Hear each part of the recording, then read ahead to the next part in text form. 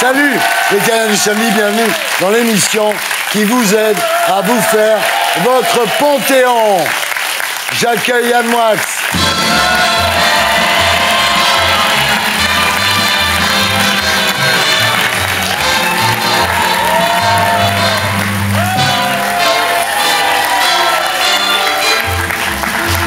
Ça va Yann? À ta vie, ça marche de l'autre côté aussi. Faites voir, remettez-moi.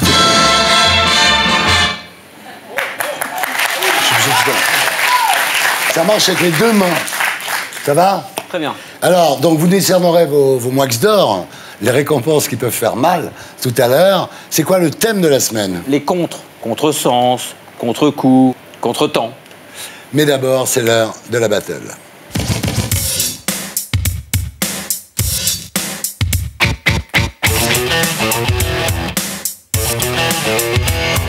Battle de ce soir, pour sauver la planète, faut-il arrêter de se reproduire? Avec Brigitte Bardot, Thérèse Argot, Laure Noaillat et Antoine Bueno.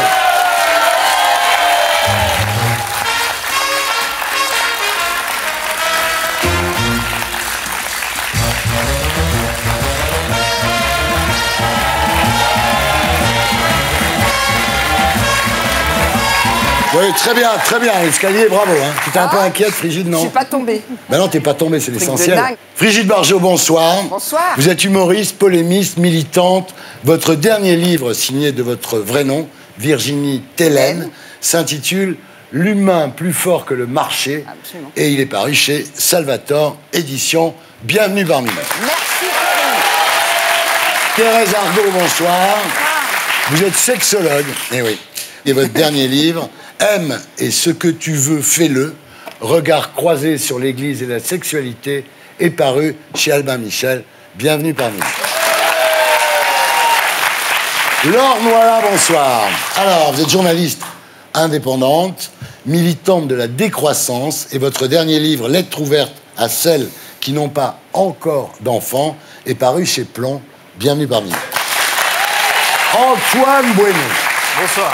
Bonsoir. Vous êtes essayiste, chargé de mission au Sénat, et vous publiez Permis de procréer chez Albin Michel. Bienvenue parmi nous. Donc tout le monde est là, mais d'abord, l'édito de Blacko, Magnéto Serge.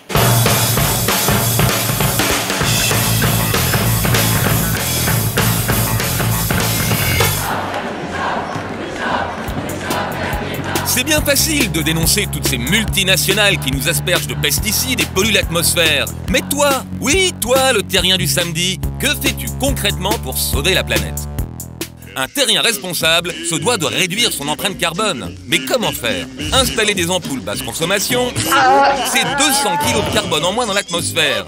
Devenir vegan, c'est plutôt 1 tonne en moins. Annuler un voyage en avion, c'est facilement 2 tonnes. Et renoncer à sa bagnole, ça peut aller jusqu'à 5 tonnes de CO2 en moins dans l'atmosphère. Mais la pire des pollutions, c'est la naissance d'un bébé. À la naissance, l'être humain paraît inoffensif. Regardez-moi ce qu'il est chou! Sauf qu'après, ça bouffe des steaks, ça roule en diesel et ça voyage en avion. Résultat, un enfant qui naît dans un pays occidental, c'est en moyenne 70 tonnes de carbone déversées chaque année dans l'atmosphère. Qu'est-ce qu'il est moche! Autant dire qu'avec 750 000 naissances l'an dernier, la France a bien plombé le climat.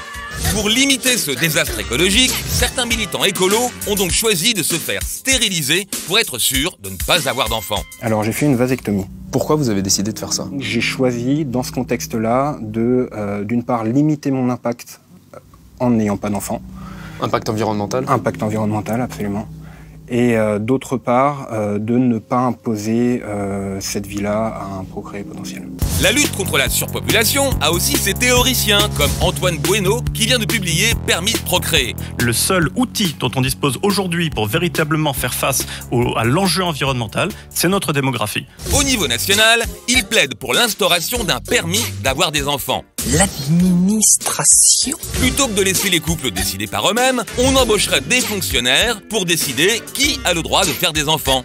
Au niveau mondial, Bueno propose de taxer les naissances. La naissance d'un Américain aujourd'hui est une bien plus mauvaise nouvelle pour la planète que la naissance de 10 Nigérians dans le même temps. Les pays riches paieraient pour faire des enfants, tandis que les pays pauvres recevraient de l'argent à condition de faire moins d'enfants. En effet, c'est paradoxal, mais pour protéger nos enfants d'un désastre écologique, la meilleure solution, c'est de ne plus faire d'enfants. Et voilà, c'était l'édito de Blacko, mise en image de Julien Grap. Bravo à tous les deux. Alors, pour sauver la planète, faut-il arrêter de se reproduire? On peut se poser la question quand on sait que élever un enfant européen a un coût écologique comparable à 620 trajets Paris-New York. Alors Antoine Bueno, on commence avec vous. Donc, Permis de procréer, le livre que vous publiez chez Albin Michel, dans lequel vous écrivez « Quand on n'a pas d'enfant, on peut se dispenser de trier des poubelles ». Oui, alors il y a des études qui sont très claires, j'invente rien du tout, c'est des chiffres parfaitement scientifiques, parfaitement sérieux. Il y a des gestes écologiques que chaque individu peut avoir pour réduire son impact environnemental. Il y en a 4 principaux, par exemple ne pas avoir de voiture, ne pas prendre l'avion ou devenir vegan. Et le 4e, c'est celui qui est bien plus fort que tous les autres, 24 fois plus fort que le plus fort des 3 autres, c'est ne pas avoir d'enfant. Oui, et là donc Antoine, vous avez eu une idée, le permis de procréer, donc, pour déterminer dans quelles conditions une nouvelle vie humaine peut être mise au monde. Alors justement, comment ça se passerait alors? Qui aurait le permis de procréer? Alors déjà, à peu près tout le monde. C'est ça la particularité, c'est que évidemment le titre de mon livre, il fallait bien qu'il accroche, donc il est un petit peu choc, mais il a son importance parce que rentrer dans une démarche de permis, ça change son rapport à la procréation. Bah oui. Mais il ne s'agit en aucun cas de former à la parentalité ou d'autoriser ou d'interdire d'avoir des enfants. C'est accompagner des projets parentaux en abandonnant complètement les politiques natalistes et en customisant en quelque sorte, c'est-à-dire en individualisant la politique familiale par la signature d'un contrat de parentalité. Imagine, on ne s'empêchera pas les Français de faire des enfants. Si vous leur dites qu'ils peuvent en faire 10, ils en feront 10 par exemple. Ah bah, de toute façon, moi, ce que je propose n'est absolument pas totalitaire, contrairement à ce que j'ai pu voir courir sur la toile. En revanche, sur les pays comme les pays d'Afrique, vous êtes quand même un peu plus totalitaire. Là. Ah non, absolument pas, parce que pour les pays d'Afrique, en fait, ces pays-là, aujourd'hui même, c'est pas forcément celui de tout le monde, mais ils mettent en œuvre des politiques dénatalistes, sauf qu'ils n'ont pas les moyens de le faire. Et moi, ce que je propose, c'est un mode de financement des politiques dénatalistes des pays en développement, c'est-à-dire du planning familial et de l'éducation des filles partout dans le monde, en créant un outil que j'appelle un marché mondial des droits à procréer. D'accord. Alors, Brigitte Barjot, vous étiez l'égérie de la manif pour tous. Ça doit vous rendre dingue, vous, le permis de procréer? On ne peut pas, aujourd'hui, empêcher des procréations, parce que, de toute façon, il y a une différence entre la procréation dans les pays occidentaux. Nous sommes à un taux de fécondité qui est bien en dessous. Ouais. Et, en revanche, en Afrique, là, on a un taux de fécondité qui explose. Moi, en fait, j'aurais encore une autre proposition à faire. Il faut aller éduquer, effectivement, les populations africaines ou les populations en voie de développement, et notamment de l'éducation à la contraception. Vous avez un neveu qui ne veut pas d'enfant. Oui, j'ai un neveu qui ne veut pas d'enfant. Et vous dites, on en est là, une génération entière qui ne veut plus se reproduire. Mais ça veut dire que ces enfants sont totalement dépressifs aujourd'hui. Oui, alors. Ils sont responsables. En arriver à cela, mais oui, mais pardon, on a aussi des ayatollahs vers de terre qui sont apocalyptiques, qui nous expliquent, comme le Congrès disait en 1970, qu'on allait tous mourir de malnutrition. Aujourd'hui, ceux qui meurent, c'est les gens qui sont gros et qui ont le diabète. On est arrivé à... Il y a encore 200 millions de personnes qui sont 200 millions qui sont mal nourries. Mais très honnêtement, c'est la surconsommation aujourd'hui qui fait mourir. Et par ailleurs, que nos jeunes générations en soient réduites comme le monsieur qu'on a vu tout à l'heure, enfin c'est désespérant. Enfin, c'est désespérant de dire je vais sauver l'humanité en la faisant mourir. Non, d'abord, on a tous un libre arbitre, quoi. Si on n'a pas envie de faire d'enfants, merde, c'est notre droit le plus strict. Et si on a envie de l'inscrire dans notre corps pour pas avoir le risque de prendre soit de la contraception qui est bourrée de chimie, soit d'avoir un accident, une paternité qu'on nous reprochera plus tard, puisque c'est le cas d'un homme, ok, on y va, on va se faire vasectomiser, ça coûte pas grand-chose, ça fait... Mais en fait, il faut aussi s'imaginer que des gens aiment tellement les enfants qu'ils n'en font pas. Parce que le 21e siècle, sur la seconde partie du 21e siècle, ça va être une sacrée boucherie.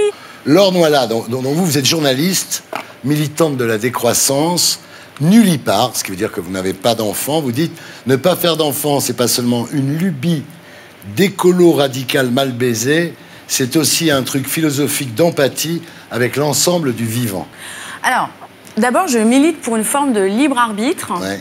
Et ensuite, je milite pour qu'on réintroduise dans nos modes de vie, nos modes de pensée, nos façons d'être au monde, à la question de la limite. J'aimerais bien qu'on réintroduise la question de la limite.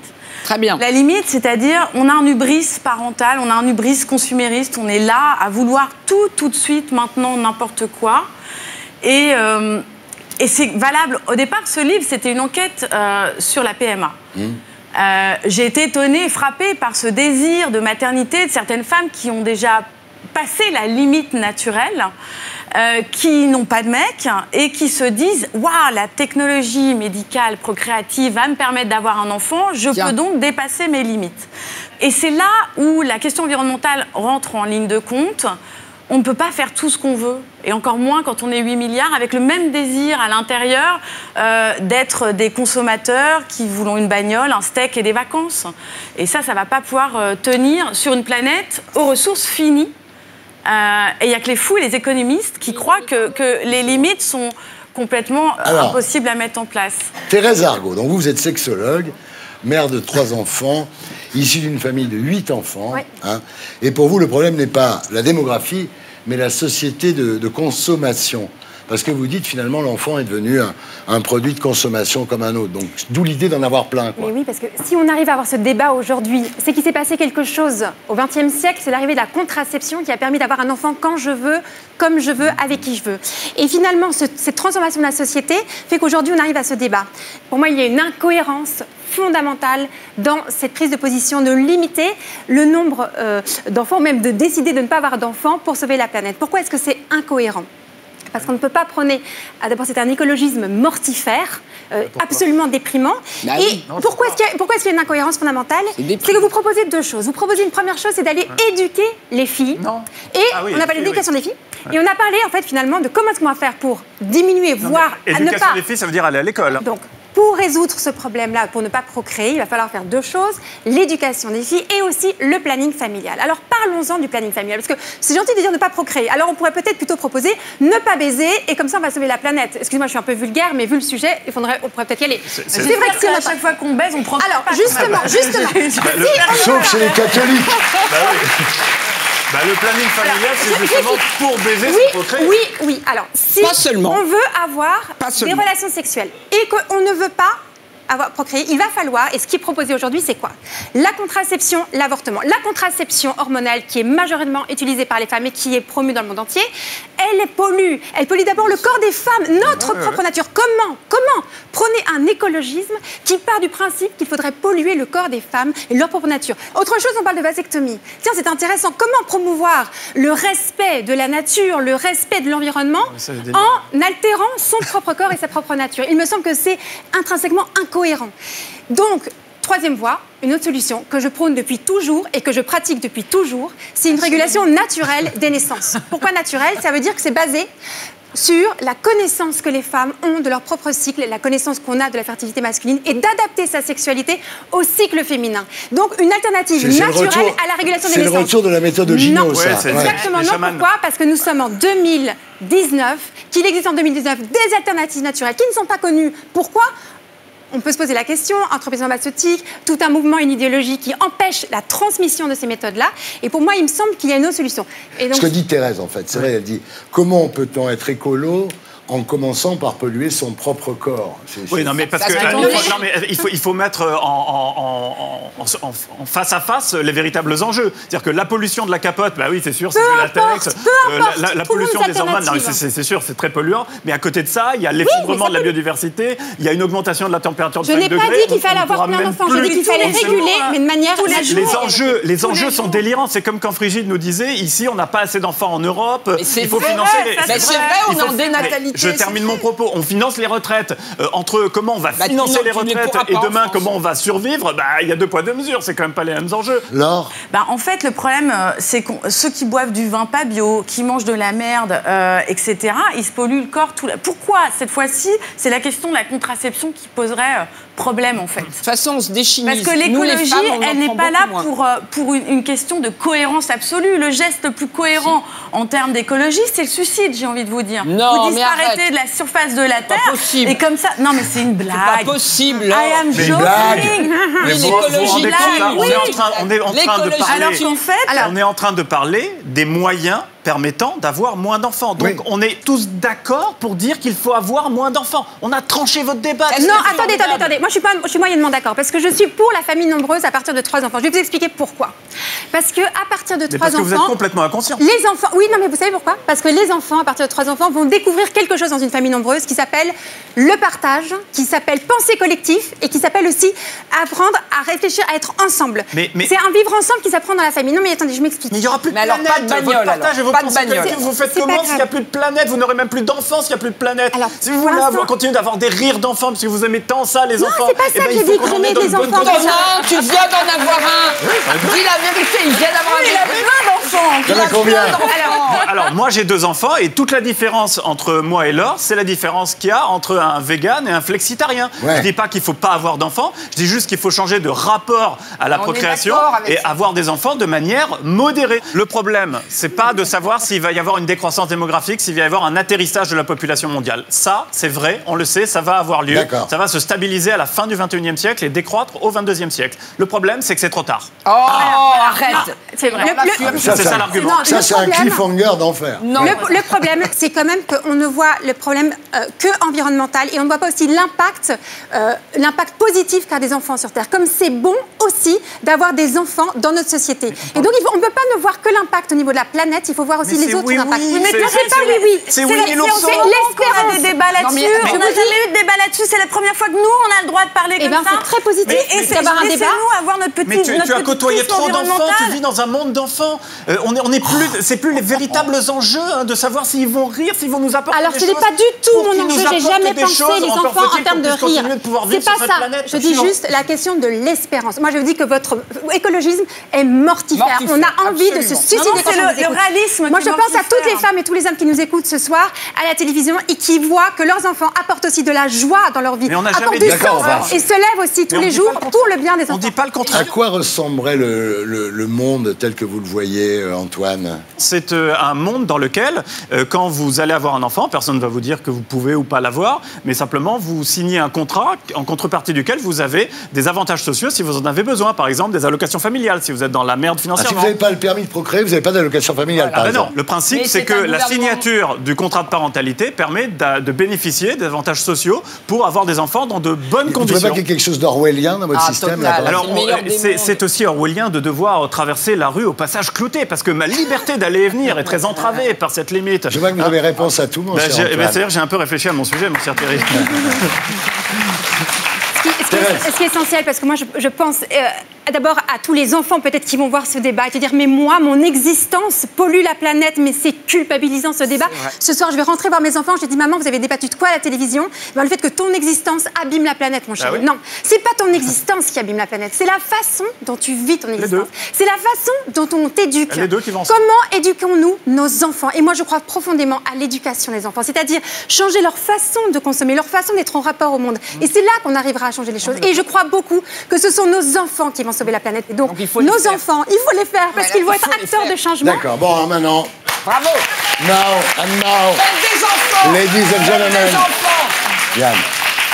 Alors, depuis que je fais cette émission, j'aurais entendu des inepties, Thierry. Ouais. Je crois que là, on bat le record absolu, total. Et je dirais d'abord que la présence au monde, Thierry, c'est quelque chose qui a lieu hic et nunc, ici et maintenant. Je me méfie toujours des individus qui préfèrent le bonheur pour les autres dans 10 000 ans que le leur tout de suite sur la planète. C'est quelque chose qui m'est absolument étranger et qui me fait penser à quelque chose d'extrêmement morbide. On met toujours la morbidité du côté du passé, le côté mortifère, des choses qui sont abolies, qui n'existent plus, des gens qui sont morbidement repliés vers ce qui est mort. Je crois qu'il y a une morbidité de l'avenir, car l'avenir n'existe pas. Et les gens qui sont tournés vers quelque chose qui n'existe pas, qu'il soit passé ou à venir, me sont pour moi des êtres totalement absents au monde. Et je crois que l'avenir est une poubelle, parce qu'on met ce qu'on veut dedans. On met les projets, les futures vacances à être tard, les enfants qu'on a ou qu'on n'aura pas. Et je ne vois pas en quoi une arrogance du présent ferait en sorte qu'on est supérieur à ceux qui ne sont pas encore nés. Et il y a une révolution copernicienne qui est en train d'avoir lieu aujourd'hui, et c'est le vrai problème de ce débat. Pourquoi est-ce que la nature serait plus importante que l'homme? Pourquoi est-ce que la nature ne serait pas simplement un réceptacle dans lequel l'homme a droit de citer? Et la nature n'est peut-être que le...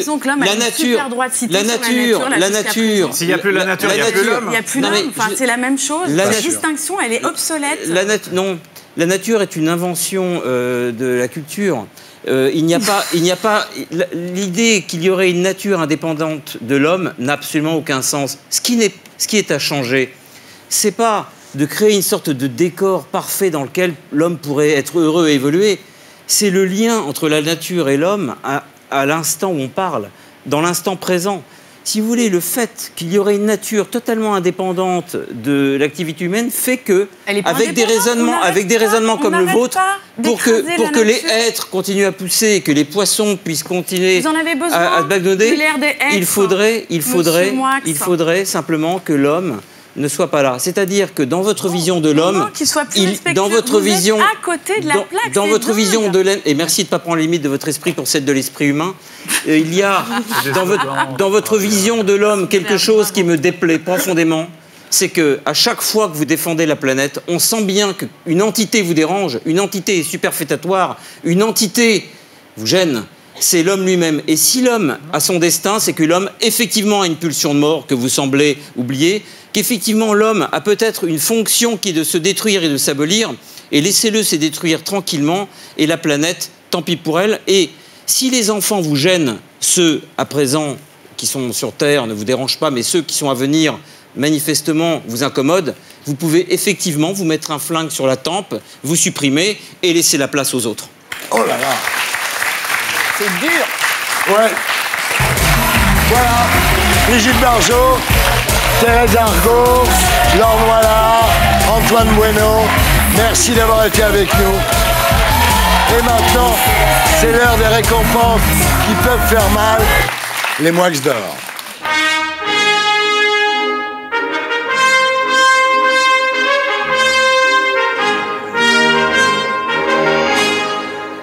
Ça va, Laurent? Ça va, j'ai suivi le débat avec beaucoup d'attention. Alors? Et moi, je suis un peu pour la décroissance. Ah. Parce que, voilà, on est 7 milliards, ça va aller très vite. Bientôt, il faudra trouver 60% de nourriture en plus. J'ai fait 4 enfants. Je pense que c'est un peu trop. Et j'imagine si mes 4 enfants font 4 enfants... Alors, réfléchis pas, ça fait 16. Hein, je te donne le résultat. Mais je ne suis pas pressé d'être grand-père. Et je pense... Il y a des pays africains, ils font 12 enfants. Qui en font 12? Ça fait combien? 124. 124. 12 fois 12, 124. 144. 144, pardon. Bon, donc tu es plutôt d'accord avec Antoine Bueno?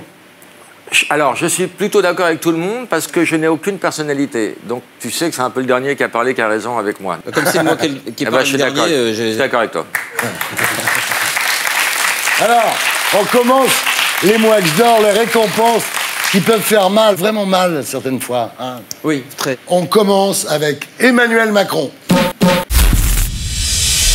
Alors, Emmanuel Macron, qui se contrefout... Attends, pardon, il est où à l'image? Soyez précis, là, on se repère. Emmanuel Macron, alors. Alors lui, il se contrefout, parce qu'on est dans les contres, Laurent. Ah oui, c'est contre. Qu'une dame de 73 ans a été blessée samedi dernier à Nice. Ouais. Étonnant de la part d'un président qui préfère les prés grabataires au poste Jouvencel. Macron a suggéré qu'elle n'aurait pas dû se trouver là. J'aimerais lui retourner le compliment. Une vieille dame qui manifeste parce qu'elle n'a pas de quoi vivre est davantage à sa place, à mon avis, qu'un président de la République sur les pistes de ski quand Paris est en train de brûler. Macron est un génie. Il parvient à la fois à être dans la posture et dans l'imposture. Il est trop jeune pour comprendre les vieux et trop vert pour comprendre les jaunes. Oh là là! Netflix.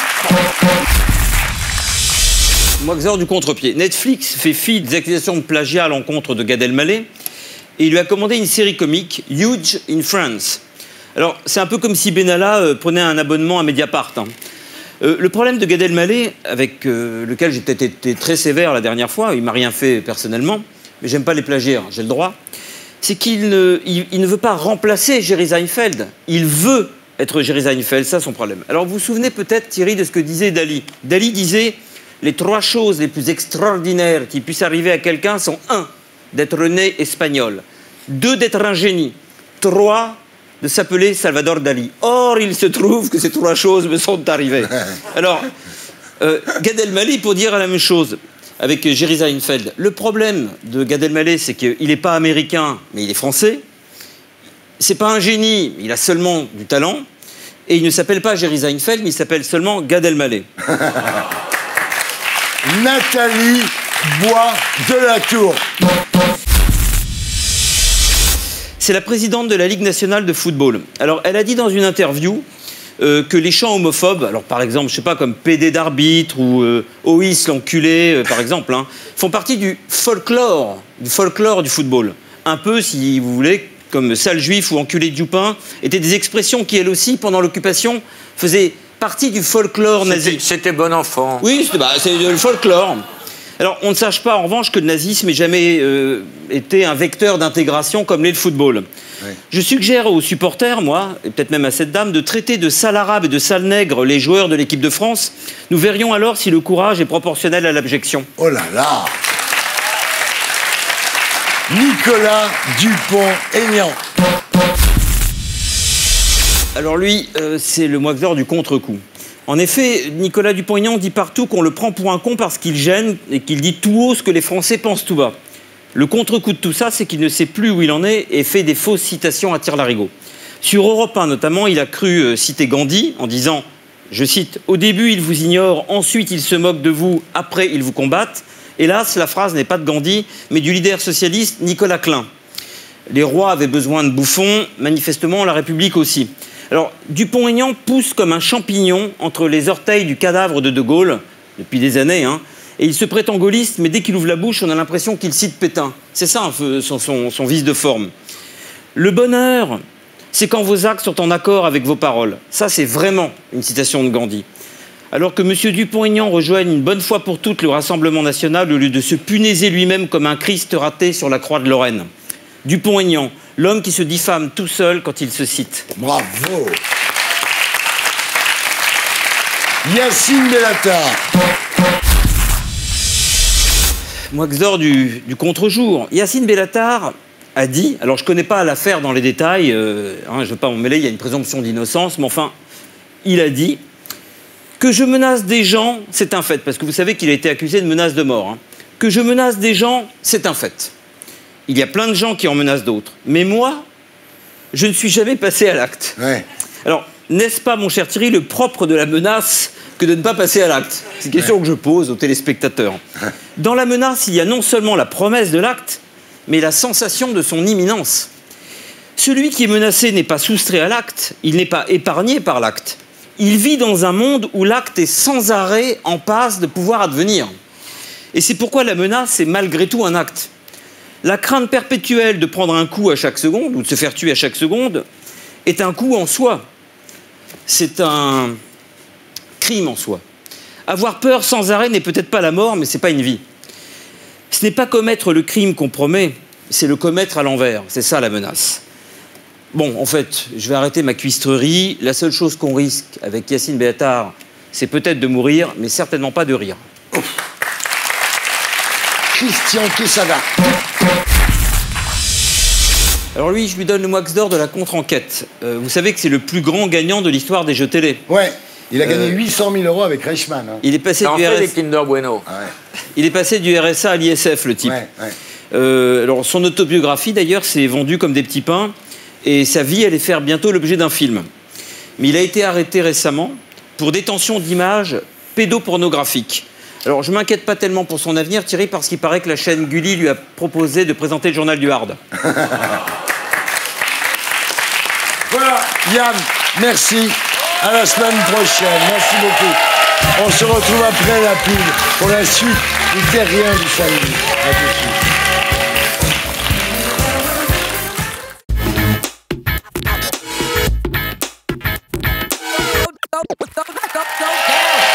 Rebonsoir, les terriens du samedi. Bienvenue dans l'émission qui vous aide à vous faire votre panthéon en compagnie de Laurent Baffy. Faute de mieux. C'est ce qu'il y a de mieux. J'accueille Alexandra Lamy, Franck Dubosc et Michael Youn.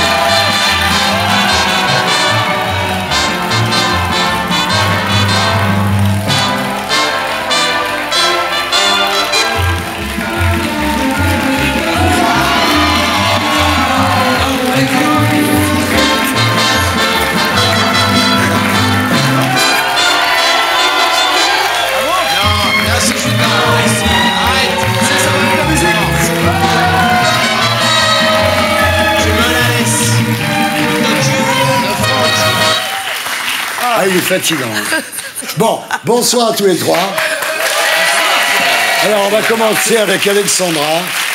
Vous avez déclaré « Je suis fier d'être une actrice populaire », ce qui veut dire « J'adore faire des cartons au box-office », en fait. Non, mais parce qu'il y a une période, ça faisait pas bien de dire actrice populaire. C'est vrai. Et je me suis dit, mais pourquoi on fait ça pour les gens, donc c'est un peu putassier, quand même. Non, moi j'aime bien, moi. Tout vous réussit, il faut dire en ce moment, là je sais pas ce qui se passe, mais vous resterez dans l'histoire comme la seule comédienne de AB Productions à avoir été invitée aux Oscars. Ouais. AB Il n'y en a pas d'autres. Il y en a pas d'autres. Les garçons de la plage, voilà. Vous avez fait 2 millions d'entrées avec Retour chez ma mère, 2,5 millions avec Tout le monde debout, le film de notre ami Franck Dubosc. Quelle actrice! Bah oui, je ne suis pas adressé à n'importe qui non plus. Là, ça fait carrément Drucker.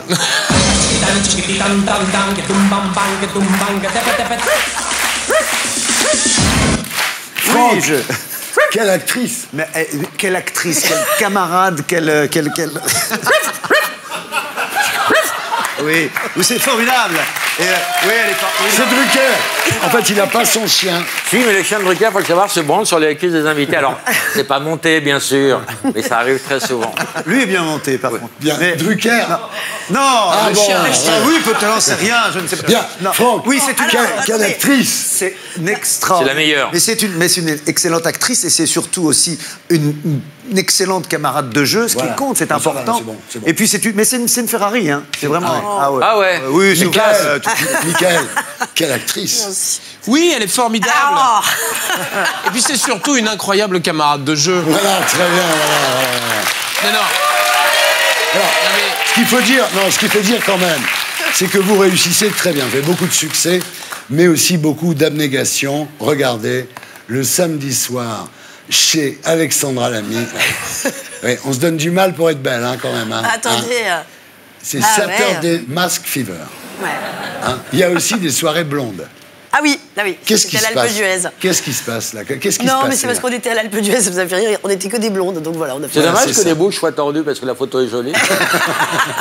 Et il y a aussi les nuits avec Michael Youn, parce que j'ai appris, alors que vous avez fait les fous, sur le tournage du film. Je ne vois absolument pas de quoi vous voulez parler. Ouais, non, mais c'est fou, non? Non, c'est une formidable camarade de soirée aussi. Ouais, elle est un peu pousse à boire, on a du mal à la ramener tôt, mais c'est formidable. Vous avez joué à qui va coucher l'autre, quoi? Oui, et alors J'ai gagné. Non, mais non. Mais non, je suis désolé. Arrête. Non, déjà, ils ont joué à qui va coucher. Oui, quand on est comme ça en tournage, c'est vrai. Vous avez détruit un hôtel, une voiture, vous avez fait la... Non. Thierry, vous exagérez. Ah, mais moi j'adore, c'est l'époque du rock'n'roll, ça. Un petit peu. On a volé une voiture, mais on l'a rendue.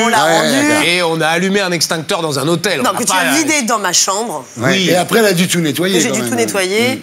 Bah, ça fait du bien. Voilà. Non, vous êtes défoulé, c'est très bien. Non, mais je ne veux pas vous le reprocher. De temps en temps, c'est bien. Est-ce que c'est vrai? Parce que le pire, c'est quand même d'essayer d'enfoncer une porte avec la votre tête. Oui. Comme un bélier. C'était la chambre d'Anne-Marie Vin. Tu as changé. Elle a le sommeil.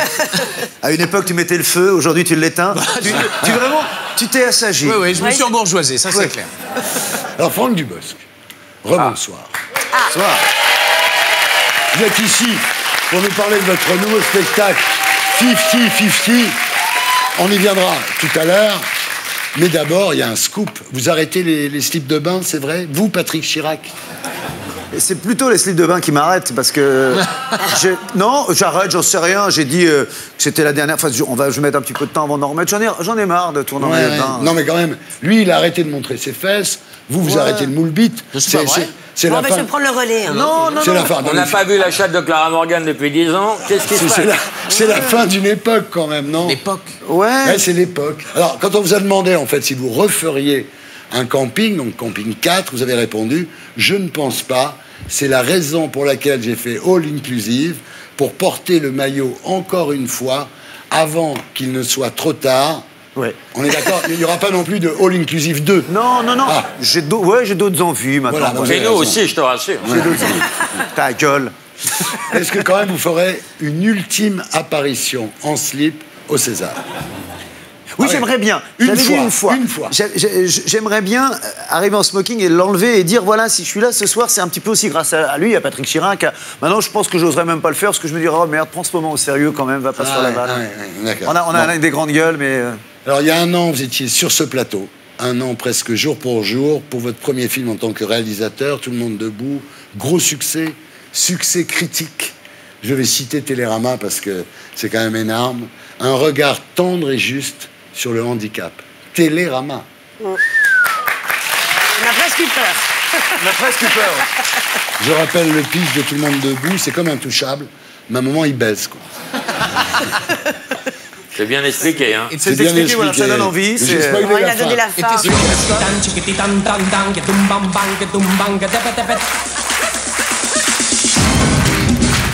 C'est pour ça que tu voulais que je sois à côté. Je ne comprends pas. J'ai vu le film, je regarde l'affiche, il y a marqué Gérard Darmon, mais il n'est pas dans le film. Pourtant, qu'est-ce qui s'est passé? Je ne comprends pas. Non, ce qu'il faut dire, parce qu'il faut que les téléspectateurs comprennent ce que vous dites, Michael. Franck a coupé une scène avec Gérard Darmon qui a été très, très malheureux. Il a été malheureux et on est tous malheureux quand on nous coupe des... En plus, c'est une scène vraiment de comédie. Il avait déjà été coupé, Gérard. Non, c'est une très belle scène, effectivement, qui, dans la longueur du film, mais non, à un moment donné... C'est vous le réal. Mais oui, mais moi, j'ai pas coupé cette scène parce que c'est moi le seul. On a tous été coupés, on a tous eu beaucoup de scènes. Non, mais là, c'est pas de l'antisémitisme. Et voilà. Et puis, Gérard ça a été malheureux que cette scène... Non, mais d'ailleurs, ça fait du mal à tout le monde, même pour le réalisateur. Parfois, c'est des scènes qu'on adore et pour l'équilibre du film, il faut les enlever. Gérard, si tu nous regardes sur mon Drucker. Ouais. Non, Gérard, si tu nous regardes, regarde le film. Ouais, il est excellent dedans. Il est excellent dedans. Alors, Michael, alors, si eux deux ont commencé dans des séries pour ados, vous avez commencé dans le Morning Live, donc l'émission qui réveille vos voisins, le cul à l'air armé d'un mégaphone, grande époque. Vous avez déclaré... Bien gaulé à l'époque. Ah ouais. J'ai changé? Non, pas tellement. Vous avez déclaré avoir montré mon cul au 7 d'or m'a valu une étiquette très très dure à décoller, mais également très visible. Désolé, je dois tout à mon cul. C'est comme lui à son slip. Sans lui, je ne serais pas là en face de vous pour faire une interview. Exactement, je n'ai rien à ajouter. On vous a longtemps dit, à part montrer vos fesses... Qu'est-ce que vous savez faire? Eh bien, c'est pas vrai. Vous avez fait plein de trucs. Bah oui. Vous êtes désormais un acteur à qui on confie des rôles dramatiques. Vous débrouillez très bien. La dernière fois que je vous ai vu, c'était pour Carbone. Ouais. C'est très bien. Le film aussi, d'ailleurs. Donc, tout va bien. Ça va. Ça va? Alhamdoulilah, bien sûr. Est-ce que, maintenant, vous pensez que vous avez enfin la carte? Non, mais ça me pose pas de problème. D'accord. Voilà. Est-ce que toi, tu penses que tu as la carte? Non, mais ça me pose pas de problème. J'ai répondu ça parce que quand il a répondu, j'ai dit, bah, moi, j'aurais dit la même chose. Thierry, tu penses que tu as la carte? Ah, pas du tout. Ah non, moi, je suis pas du tout aimé par l'intelligentsia de gauche bobo. Est-ce qu'on serait pas tous d'accord pour enculer les gens qui donnent les cartes? Ah, allez. Vous avez la carte, vous, non? Ah, oui, non. Oui. Je sais pas, non, je crois pas. Non, bon, non. T'as une demi-carte. Une demi-carte. Ouais, t'as un ticket de métro. C'est ailleurs, ça. Thierry, j'aime pas quand t'es grossier, pardon. Oui, je sais pas grossier. J'aime pas quand t'es grossier. C'est pas toi. Bon, vous êtes devenu donc un acteur bankable, mais vous savez toujours mettre le feu. On l'a vu durant le tournage de Chamboule Tout, évidemment. Et on l'a vu la dernière fois que vous êtes venu dans mon émission Magnéto Serge. Tu veux savoir qu'est-ce qu'elle m'a donné comme conseil, ma mère? C'est ça que tu veux savoir? Hein? Ouais. Tu veux savoir c'est quoi qu'elle m'a donné comme conseil, ma mère? Tu sais ce qu'elle m'a dit, ma mère, Ardisson? Tu sais ce qu'elle m'a dit? Fous ta cagoule, fous ta cagoule. On t'aura pas, t'auras les classes, t'auras les poules. Fous ta cagoule, fous ta cagoule. Le chef de poule, l'équipe, fous ta cagoule. Fous ta cagoule, fous ta cagoule. Numéro 6 de l'état, le fait mal me toule. Fous ta cagoule, ouais, fous ta cagoule. Sauve ta cagoule.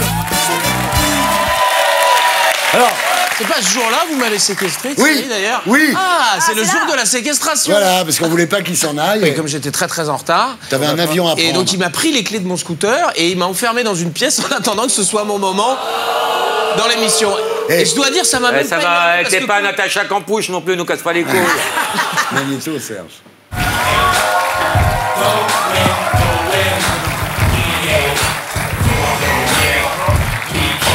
Non. Je te dirai pas bonsoir. Donc je vous raconte ce qui se passe en coulisses. Vas-y. Ça fait 3 heures que j'attends, et sauf que j'ai un avion à prendre, et ils m'ont séquestré pour que je vienne faire l'émission. Tu sais pourquoi? Oui, parce que tu m'aimes. N'épiloguons pas. Donc voilà, Michael Youn, vous êtes né le 2 décembre 1973.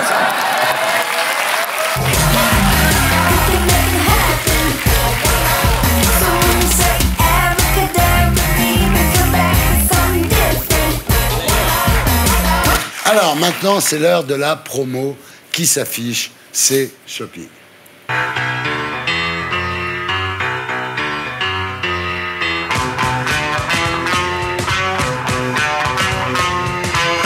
Alors, Alexandra Lamy et Michael Youn, vous êtes ici ce soir pour Chamboule tout, le nouveau film d'Éric Laven en salle le 3 avril. Je fais le pitch. Alors, vous êtes marié avec José Garcia. José Garcia a eu un accident 5 ans avant, et depuis, non seulement il est aveugle, mais en plus, il est un peu comme toi. Il dit tout ce qui lui passe par la tête. Et vous, Alexandra, vous racontez ça dans un livre qui sort, provoquant évidemment un joyeux bordel chez vos amis, parce que vous parlez de tout le monde.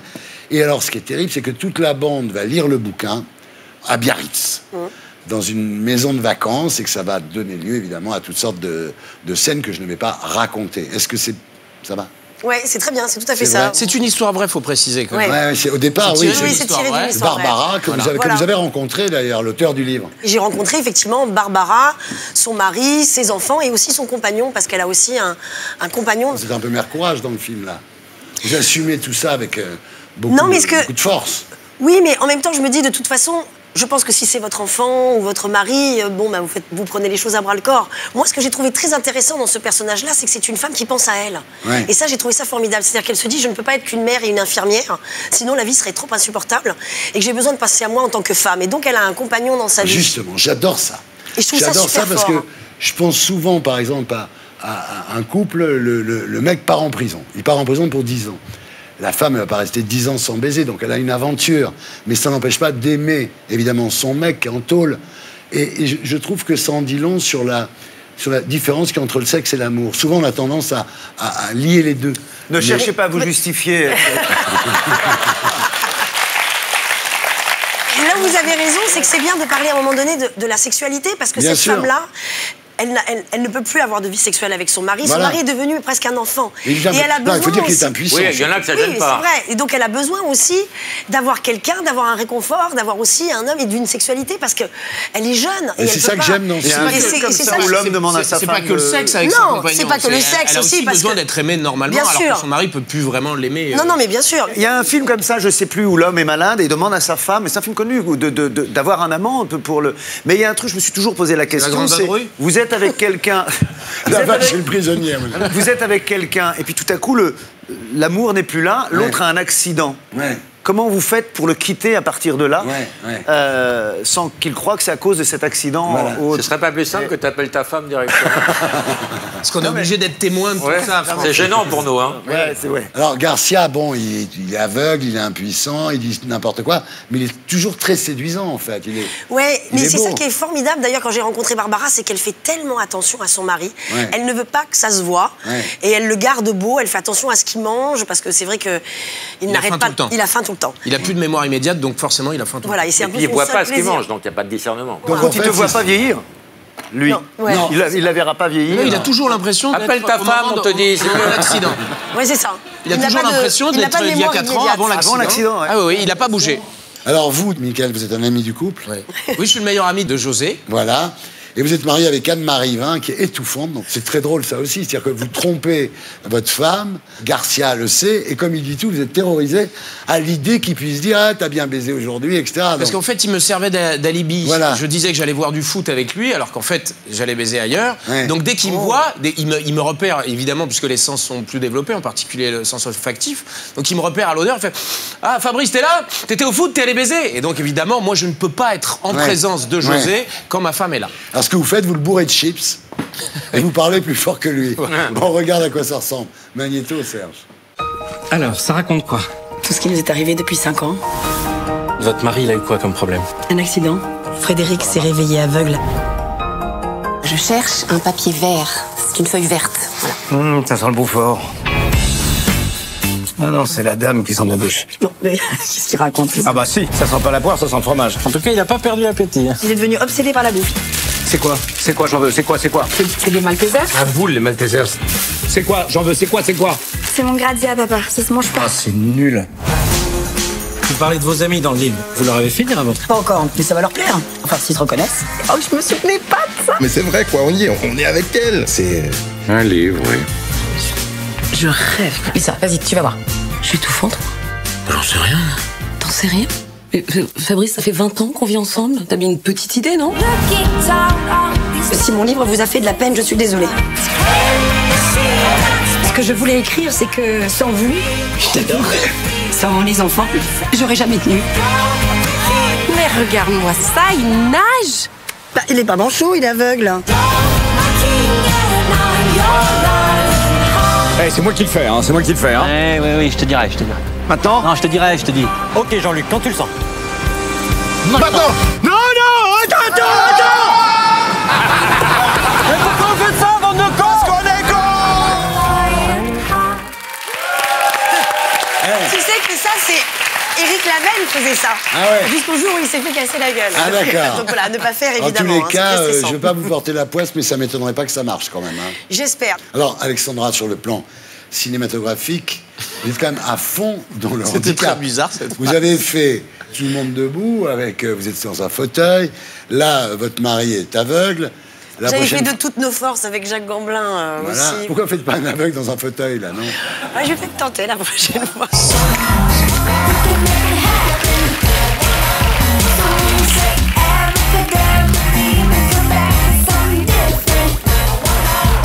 Alors, Franck et Michael, donc, on va voir lequel de vous deux connaît le mieux Alexandra Lamy. D'accord?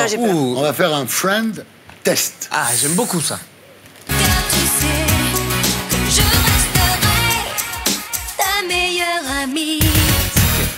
Alors, vous jouez l'un contre l'autre. Hein. C'est déloyal quand on connaît leur rapport. On va voir vraiment ceux qui m'écoutent. Attention, on se concentre, Dubosc.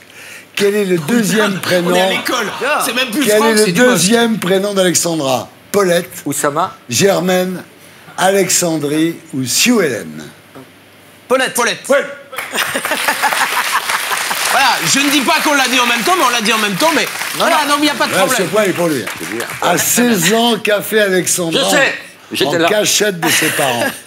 Un tatouage de dauphin sur sa cheville gauche. Elle a perdu sa virginité avec son cousin lors d'un voyage scolaire. Non, ça c'est Christine Boutin, ça. Elle a passé le concours pour entrer au conservatoire de théâtre de Nîmes. Elle a passé le concours d'entrée au conservatoire. Et elle a pris des cours de pole dance dans un bar de Nîmes. Nîmes, je l'ai dit avant. Aucun point parce que vous avez répondu à la fin de l'énoncé. Ah, ok, j'ai Ok, c'est vrai. Dur. Combien de fois Alexandra a-t-elle été mariée? Une fois, 2 fois, 3 fois, 0 fois? 2 fois. Non. Une fois. Oui, une fois. Quelle est son astuce de beauté du matin? Elle boit un jus de citron. Elle se badigeonne le visage de jus de citron. Elle s'assoit dans une bassine de jus de citron. Elle se fait un lavement nasal avec un jus de citron. Elle n'en a aucune parce qu'elle est naturellement belle. Elle boit un jus de citron. Elle boit un jus de citron. Non. Tu bois le jus de citron? Ah, aucune. Non. Elle se badigeonne le visage avec du jus de citron. Tu fais ça, toi? Je me suis un petit peu tôt comme ça parfois, ouais. Pas tout le temps, mais je vais un petit peu. Enfin, son vrai secret, c'est quand même qu'elle boit une vodka avant de se coucher. Ah oui, mais ça, c'est le soir, on a parlé du matin. C'est autre chose. Que fait Alexandra quand elle a un bouton d'acné qui pousse? Elle met du Biactol, elle le perce, elle le laisse mûrir. ou elle le recouvre de dentifrice? Elle le recouvre de dentifrice. Ah, les astuces de grand-mère. Bah ouais, ça marche très bien. Sachez que ça ne marche pas. Mais bien sûr que si, ça marche. Mais si ça marche. Non. Vous croyez parce que ça le sèche, ma femme elle le fait, ça m'énerve. T'arrives le matin, t'as la laine. Parle-lui directement. On sait tout ce que tu veux lui dire, Franck. Quel est le gros mot préféré d'Alexandra? Pute-borgne, enculé, crétin des Alpes ou boudin? Pute-borgne. Non, ça c'est Le Pen. Crétin. Enculé. Ouais. Attends. On a demandé quoi? Le juron préféré. Ah oui, mais il fallait intituler autrement. Pas compris juron. Quel est le hobby préféré? Ouais, j'avais compris. Oui. Dis donc, c'est pas très gênant comme ça d'avoir un quiz sur avec des gens qui participent. Mais oui, bien sûr, c'est gênant. J'espère que c'est gênant. Pour l'instant, ça a été. C'est maintenant que ça va le devenir. C'est fait pour être gênant. Alors, que s'est-il passé d'incroyable lorsqu'Alexandra a dîné chez François Hollande? Regardez, on le sait. Tu me l'as raconté. Il n'a pas raconté de petites blagues. Non. Il a cuisiné lui-même. Il y avait du flambi au dessert où il a plu dans la cuisine. Il a cuisiné dans la cuisine. Il a cuisiné lui-même? Ouais. Du buzz. Tu m'écoutes pas, hein. Il a été invité chez Hollande. Alexandra, il a fait quoi? C'est ce qui me paraît le plus... Il avait fait un très bon roast beef, avec des petites pommes de terre sautées. Un roast beef, t'as dit, hein? Ça, c'est un beau lapsus, hein? Il était marrant, pas comme président, mais sinon il était sympa. Oui, il était sympa. Comme président, c'est un peu une connerie. Mais bon, pour les blagues, il était très bien. À qui Alexandra a-t-elle mis un râteau? Chut. Kevin Costner, Brad Pitt, Patrick Swayze ou Laurent Baffy? Kevin Costner. Ah, moi, je vais le râteau. Je suis comme parce ça. qu'à mon avis, pendant que vous avez tourné ensemble, vous avez beaucoup discuté. Ah ouais, t'es au courant de tout. Non, mais parce que Franck boit très peu, quoi. Raconte, Alexandra. Non, mais voilà, il m'avait dragué, là, il m'a demandé mon numéro, j'ai dit non. Mais pourquoi? Parce que j'étais mariée d'abord. Ah, bah putain, voilà. d'accord. Ça, c'est bien. Ouais, je sais, ça vous étonne, hein, mais il y a des femmes fidèles. Hein. Non, oui, la mienne. Oui. Alors, dernière question. Lequel de ces corps est celui d'Alexandra Lamy? On connaît la photo. Photo 1, photo 2, photo 3, photo 4. Photo 3. Ouais. Oui, parce que la 4... Je connais la photo. Bravo. Comment tu sais ça? Parce qu'elle me l'a envoyé avant de la mettre sur Instagram. Ouais, en plus, c'est vrai. C'est trop facile la 4. On reconnaît Hanouna immédiatement. Bon, alors qui a gagné là? C'est Franck. Franck Dubosc. Oh!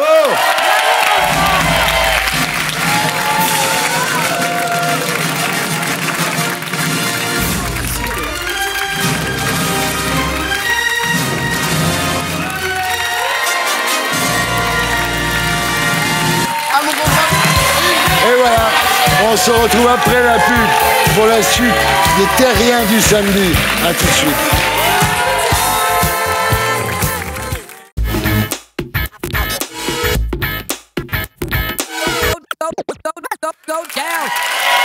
Bonsoir, les Terriens du samedi. Bienvenue dans l'émission qui vous aide à vous faire votre panthéon en compagnie de Alexandra Lamy.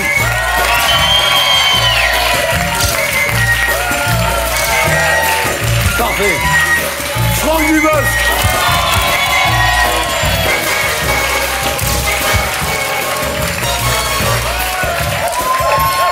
Michael Youn.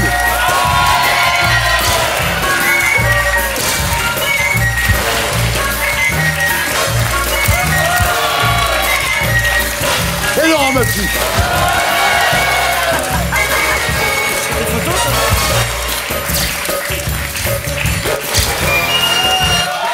Bravo. Et maintenant, vous l'avez sur le bout de la langue, évidemment, vous le savez. C'est un poil de cul? Non. C'est le blind test. Ah, yes.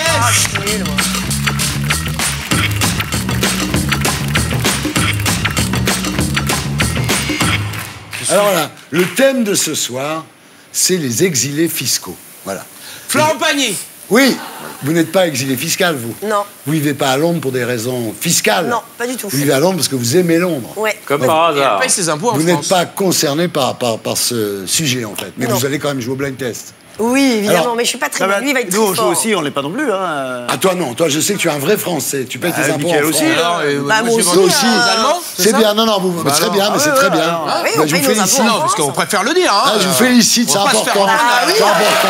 Alors, le vainqueur devra célébrer sa victoire comme un joueur de foot qui marque un but. Alors, je vous montre des exemples Magnéto, Serge.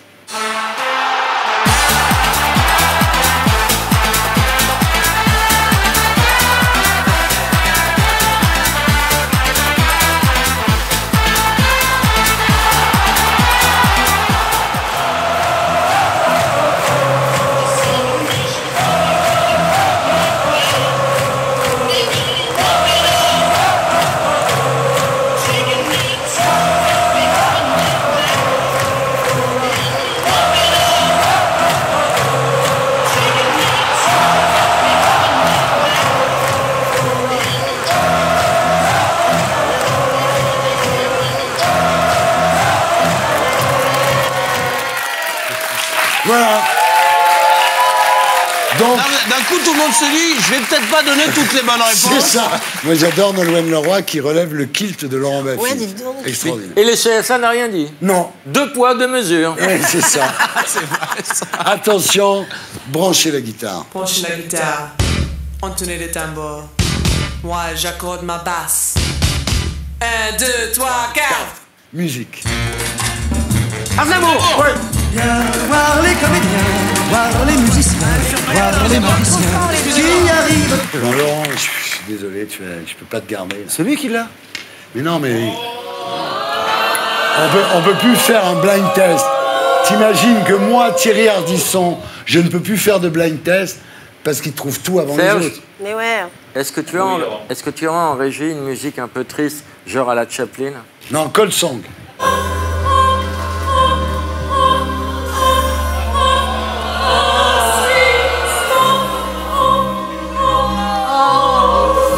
C'est fini l'amitié, là.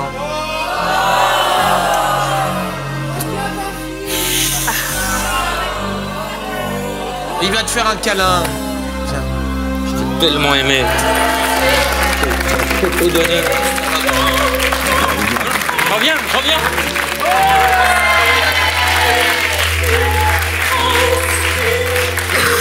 Avant tout le monde. Ah, c'est parce que... Je lui ai fait des yeux de Joe Cocker. C'est beau, hein. J'ai les poils qui se dressent, et pas que.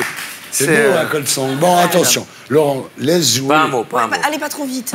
Attention. Donc, oui. Charles Aznavour, donc, exilé fiscal en Suisse, plus maintenant, évidemment. Bon. Oh là là, si tu fais les vannes de Lolo, qu'est-ce qui va lui rester, quoi? Il a plus le droit de parler. Répondre au blind test à la place des invités, c'est bien le problème musique. Encore Aznavour.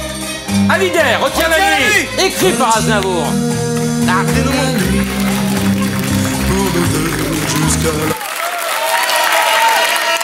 Bravo! Bravo! Il est bon, ce Baffy, il est bon. Reste là-bas. Qu'est-ce qu'il est bon, ce Baffy, alors? Bravo! Je vous demande de vous arrêter. Voilà. Donc, Johnny Hallyday, exilé fiscal en Suisse, enfin, plus maintenant. C'est moche. C'est moche. C'est moche. C'est vraiment moche. C'est comme quoi ça porte pas chance, hein. Non. Dis-moi, il a chanté, Arthur? Non. Non, d'accord. C'est pas bon de savoir. Ça, on s'est fait toute une liste d'exilés fiscaux dans la tête. Mais ouais, c'est ça. Ouais. Service d'ordre. On attend Florent Pagny. Service d'ordre. Est-ce que tu peux amener Laurent hors de ce studio? Oui, il y en a marre dès qu'on soupçonne pas, hein. Non, mais sans déconner. Après tout ce qu'on a vécu, tu me vires? Attention, on est entre nous, ce qu'on est réparti. Musique. Yannick Noah. Ouais.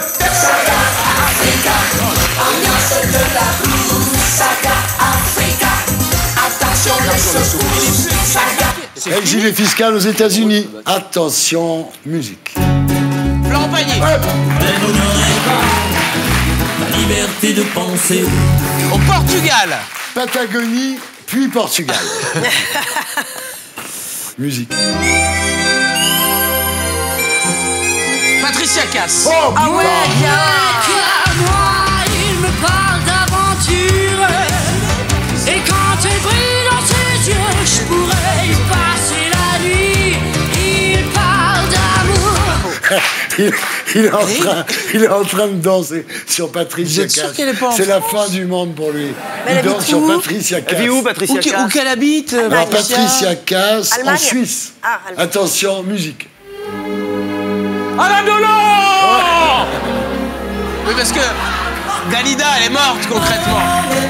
Mais non, écoute, il est en France. Il habite en France. Non, Delon, il est en Suisse, non? L'exilé fiscal en Suisse. Non, il est aussi en France. Il est en Suisse. Mais il est rentré. Attention, c'est le Super Banco.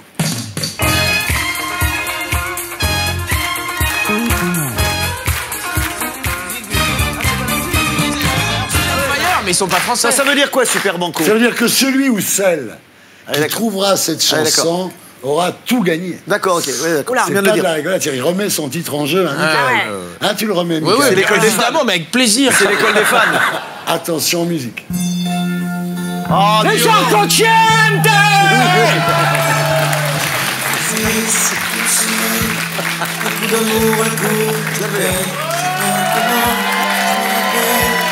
C'est un rêve qui est super belle, je dors plus la nuit.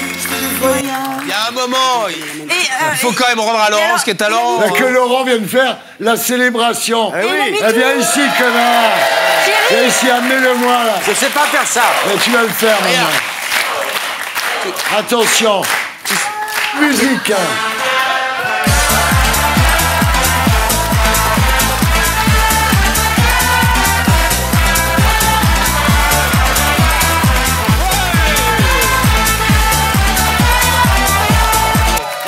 Toi qui fais que des films sur les handicaps, tu peux faire un film avec Laurent. Michael, je pense que tu devrais essayer. Ah non, non. Oui, non, Michael. Michael.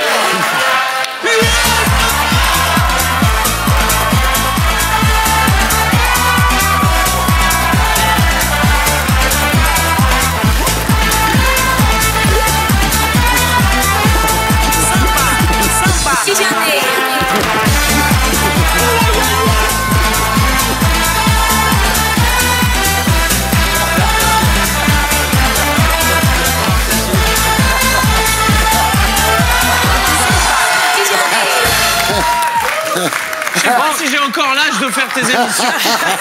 Bon, allez, ça va. Bon. Ah, j'ai pas mal. Replay.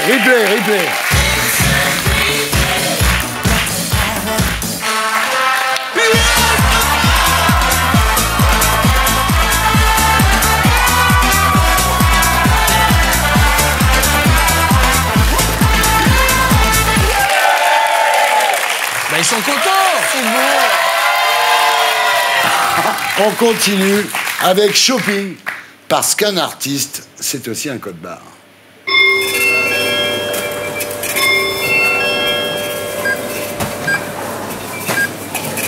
On est perdu. Et Franck Dubosc, bonsoir. Donc 4 ans après À l'état sauvage, vous remontez sur scène avec votre 5e one-man show intitulé 50-50, la cinquantaine. Vous dites c'est un âge un peu bâtard, car on est vieux aux yeux des jeunes, mais encore jeune aux yeux des plus vieux. Bah ouais, et c'est ce côté-là qu'il faut prendre, voilà. Vous avez plutôt 55 ans, non? 55, ouais. Mais il faut du temps, faut que je digère avant de pouvoir écrire. Ouais. Mais 50-50, on passe beaucoup sur les 50 ans, mais c'est surtout aussi sur ma vie, sur ma femme est d'une autre culture, c'est tout ça, c'est ma vie et 50-50, voilà. Ouais, c'est tout.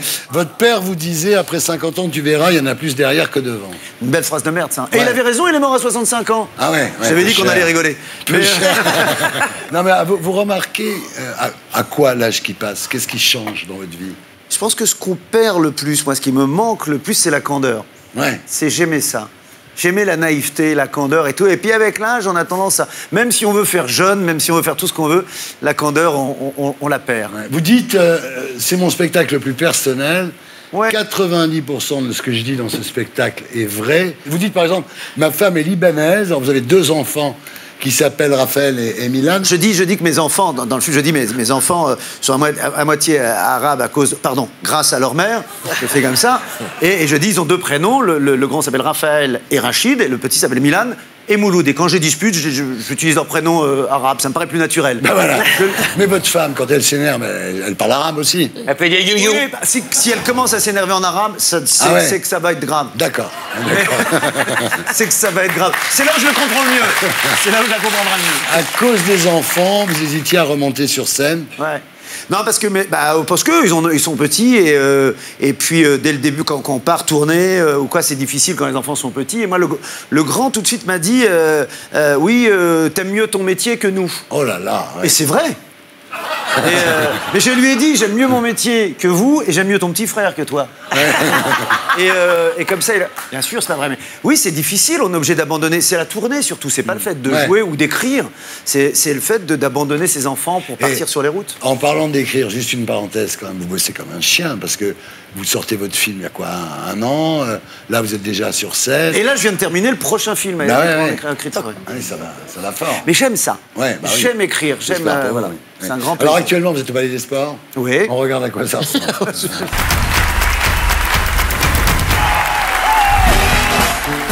À 50 ans, c'est quelque chose, hein. T'es un petit peu comme un yaourt en date limite. Moi, je les vois, les filles, hein.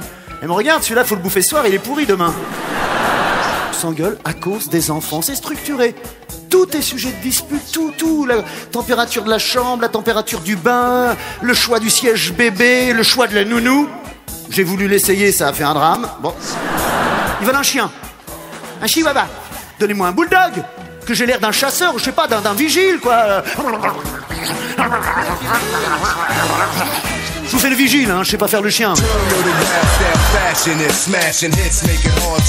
Je redécouvre le plaisir des choses simples. Roter chez le dentiste, uriner dans le lavabo de la salle de bain, ou dans l'évier de la cuisine quand il n'y a pas trop de vaisselle.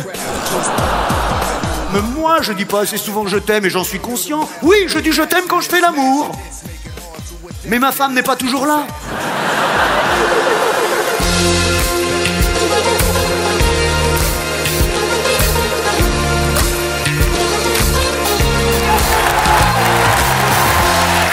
Attendez, c'est pas des blagues qui sont piquées aux Américains, ça. Ça, c'est des vraies blagues. Sujet tabou. C'est pas des blagues volées. Bon, et maintenant... Gilet jaune, moi gilet jaune, demandez gilet jaune, faut danser le petit. Gilet jaune, moi gilet... Alors, je vais vous dire, ne dites rien parce que votre attaché de presse m'a appelé il y a 3 jours en me disant surtout ne lui parle pas des gilets jaunes. Et toi, discret? Non, c'est pas ça, c'est que je m'appelle pas Michel Drucker, je m'appelle Thierry Ardisson. Ne dis pas ce nom devant moi. Donc, c'est moi qui vais parler. En fait, cette affaire de gilets jaunes, vous les avez soutenus, après on avait l'impression que vous êtes rétractés, après vous avez re-soutenu, très compliqué. Moi, je crois que vous avez réalisé 2 choses dans cette affaire. La première, c'est que vous êtes avant tout là pour faire rire les gens et pas pour donner votre avis sur la politique, un peu comme François Hollande, finalement. C'est ce qui vous rapproche de François Hollande. Et la deuxième, et je vous prie de le croire, sachez que vous avez fait bien plus pour la France d'en bas en vous trimballant en slip de bain dans le camping qu'en prenant frontalement position. Donc, voilà. Pour moi, il n'y a pas de sujet, voilà. Mais je voulais vous le dire. Merci. Mais...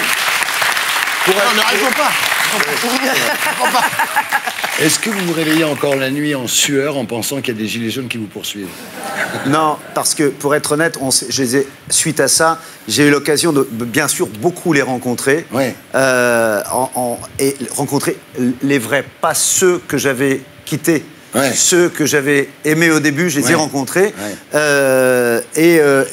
Et on s'est parlé beaucoup. Tout s'est arrangé, j'en sais en tout cas. Regardez, je vais vous dire un truc, regardez ce que je porte sur moi tout le temps. Oh, un petit gilet jaune. Qu'est-ce qu'ils m'ont offert? Ils m'ont offert ça. Je vais vous dire une chose, ils m'ont offert ça pour une raison bien précise que seuls eux connaissent et que vous ne connaîtrez pas. D'accord. Non, mais voilà, on ne parle plus des gilets jaunes. Non. On ne parle plus des gilets jaunes. Non. Quelle est votre position sur le conflit israélo-palestinien? En tout cas, il y a une chose qu'il faut dire, que le premier qui n'a jamais changé d'avis me jette la pierre. Oui. C'est tout. C'est tout.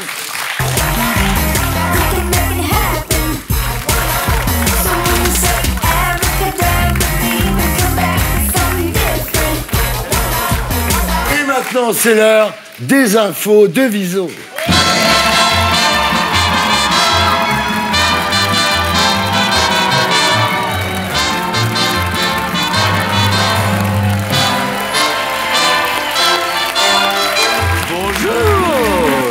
Ça va, je suis prêt. Taquet. Jingle.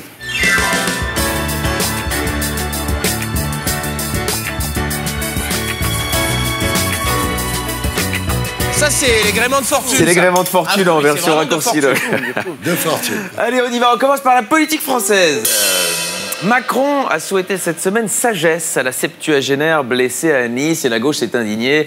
Évidemment, c'est gonflé de la part de Macron quand même d'appeler à la sagesse quelqu'un qui a l'âge de sa mère. Enfin, ouais, techniquement, il a l'âge de sa femme, mais... voilà, oui, là, enfin, non, c'est pas bien. C'est là, franchement... Gilets jaunes toujours, François Ruffin a déclaré « Les gilets jaunes, c'est le moment où les muets sont devenus bavards. Malheureusement, gilets jaunes, c'est aussi le moment où certains voyants sont devenus borgnes. » Je crois que Franck voudrait réagir là-dessus. C'est voyez. Écoutez-lui la paix. Allez, côté Mélenchon, il s'est déclaré plus que jamais fasciné par Éric Drouet. Et c'est vrai que quand on voit Éric Drouet, c'est le genre d'homme de Mélenchon. On va voir. Vous direz à Raquel demain de faire gaffe à la prochaine soirée. François Insoumise. Franck, rien toujours. Non, j'écoute. On va passer aux européennes, comme ça on risque plus rien. La surprise de la semaine, Pascal Canfin, candidat à La République En Marche aux européennes, c'est un choc pour les associations environnementales. Tu m'étonnes que c'est un choc que l'ancien directeur général du WWF abandonne à leur sort l'une des dernières espèces en voie d'extinction, les électeurs d'Europe Écologie Les Verts, c'est moche. Et la tête de liste de cette fameuse liste La République En Marche, c'est Nathalie Loiseau, qui, quand on la voit, nous rappelle que François Bayrou avait un gros charisme en fait. D'ailleurs, si, non mais c'est moche, mais c'est vrai. Selon un sondage Odoxa qui le prouve, 59% des Français sont indifférents à la tête de liste Nathalie Loiseau. Sondage qu'on va découvrir plus précisément ici. Voilà, que pensez-vous de Nathalie Loiseau comme tête de liste des européennes? Alors 59% des Français ont répondu on s'en fout et les 41 autres % ont répondu Nathalie qui. Voilà.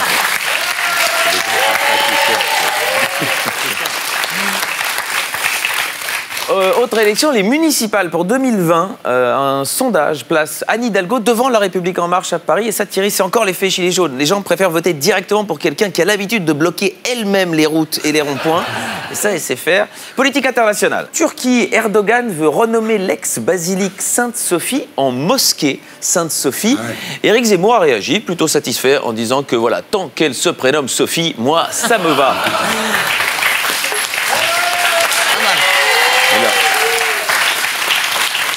États-Unis, le Pentagone débloque $1 milliard pour le mur de Trump. $1 milliard pour construire un mur, ça fait beaucoup de briques. Oh. Non, il faut des blagues pour les enfants. J'ai des blagues pour les enfants, 21h. Ça, je l'ai compris. Ouais. Espagne, à Madrid, des milliers de manifestants contre l'avortement. Des milliers d'Espagnols considèrent que l'avortement est une mise à mort et du coup que c'est du gâchis de ne pas l'organiser dans une arène avec 2 picadors, des banderilles et lancer les oreilles du gamin dans la foule. Par rapport à la corrida. Judiciaire. Fraude fiscale, Dieudonné jugé pour avoir dissimulé plus d'1 million d'euros au fisc. C'est quand même bien con pour un antisémite de se comporter comme l'image qu'il veut nous donner des juifs. Le problème de Dieudonné, c'est que tu lui donnes ça et il...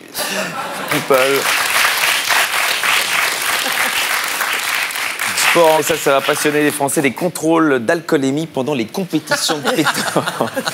Et là, c'est balance ton cochon. Voilà, exactement.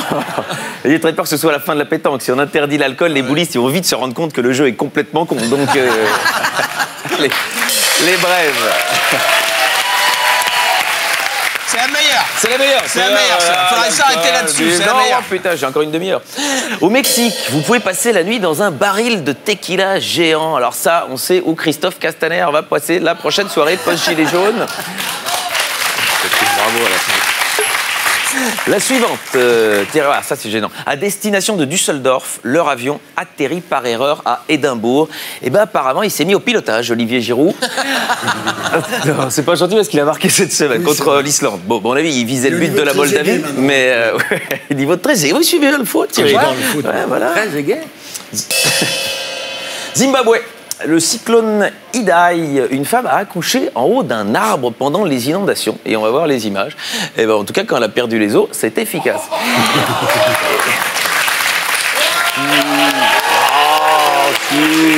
La culture, chaque semaine, je propose de visiter un musée. Je vous emmène au musée des Beaux-Arts de Bruxelles où Wim Delvoye expose jusqu'au 21 juillet. C'est une des plus grosses stars de l'art contemporain. C'est une grosse rétrospective de Wim Delvoye avec évidemment ses mascottes. On le connaît pour ses cochons. Alors à Bruxelles, on voit toute cette série Tapidermia. Alors parfois il y a un porc et parfois il y en a plusieurs. Non, ça c'est moi qui ai visité. Non, ça c'est là. Non, c'est con. Mais l'autre photo. Je suis allé visiter Thierry pour préparer. Mais l'autre photo, voilà, il y a plusieurs porcs. C'est pas mal. Voilà, c'est très beau. Et en fait, c'est sa marque de fabrique, les cochons. Il a commencé, par ceci. Alors, on se demande parfois si les artistes, ce qu'ils font, c'est de l'art ou du cochon. Et bien, avec Wim Delvoye, on a clairement la réponse. La spécialité, c'est qu'il les tatouait. Alors, voilà, ici, on le voit quand il était jeune, à côté d'un gros porc qui se fait tirer la queue et qui n'est pas Hervé Weinstein. Et là, une fois que les cochons sont morts, eh bien, ils nettoient la peau, ils les congèlent, ils les tannent et ils en font l'œuvre d'art en elle-même. Mais ça a suscité le débat, évidemment, envers les défenseurs des animaux. Brigitte Bardot n'était pas content et il ne s'est pas plié non plus à ça. Il a été plus loin. Et cette fois-ci, voilà, à côté du cochon, il a fait la même œuvre sur le dos de Tim Steiner. Et Tim Steiner est donc une œuvre d'art et c'est une Madone, on va le voir surmontée d'une tête de mort. L'œuvre a été acquise par un Allemand pour la valeur de 150 000 €. Le propriétaire peut la voir 3 fois par an chez lui, en personne, et une fois qu'il sera décédé, la peau sera conservée dans un cadre. Ouais, ouais. Et là, Laetitia, elle se dit merde.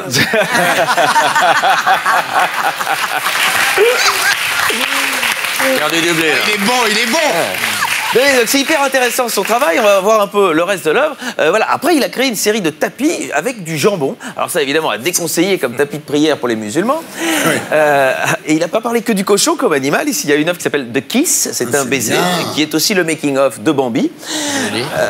Et ici, voilà, de magnifiques pantoufles faites à partir de vrais lapins. Cadeau idéal pour les zoophiles, puisqu'ils peuvent enfiler les lapins sans être jugés. Autre série, Bird House, série de nichoirs pour oiseaux sadomasochistes. C'est pas calme, ça, Thierry. Je trouve ce mec génial. Oui, il est génial. Quand ton petit oiseau il sort, c'est plus impressionnant. Exactement. Alors, autre œuvre, évidemment, l'artiste est grand amateur de radiographie. Et dans la grande tradition de l'art belge, Magritte disait « Ceci n'est pas une pipe ». Wim Delvoye répond « Ah, là, en revanche, c'en est une ». Alors, vous voyez ce que vous voulez, hein. Certains peuvent y voir, évidemment, je sais pas, Laurent Delahousse en train de préparer sa prochaine interview d'Emmanuel Macron. Enfin, je veux dire, ça, c'est vraiment, il n'y a pas de... Par rapport à la connivence.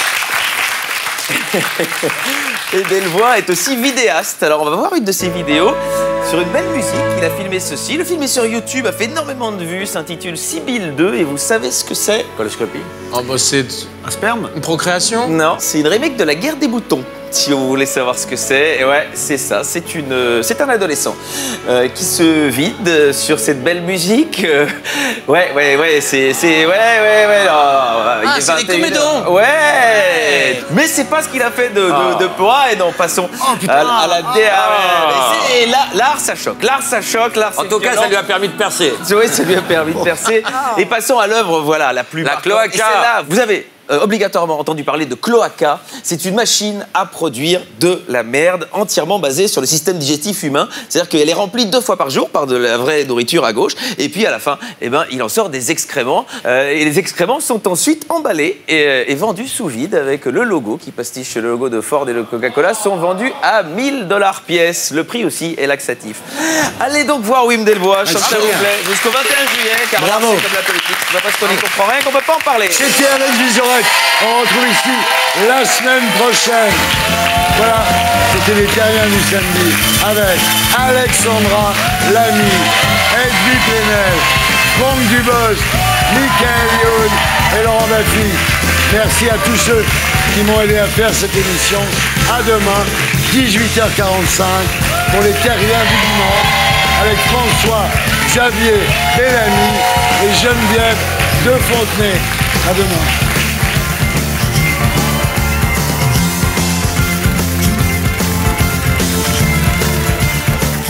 Et pour être sûr de ne rien rater de Inarditube, abonnez-vous et mettez un pouce bleu.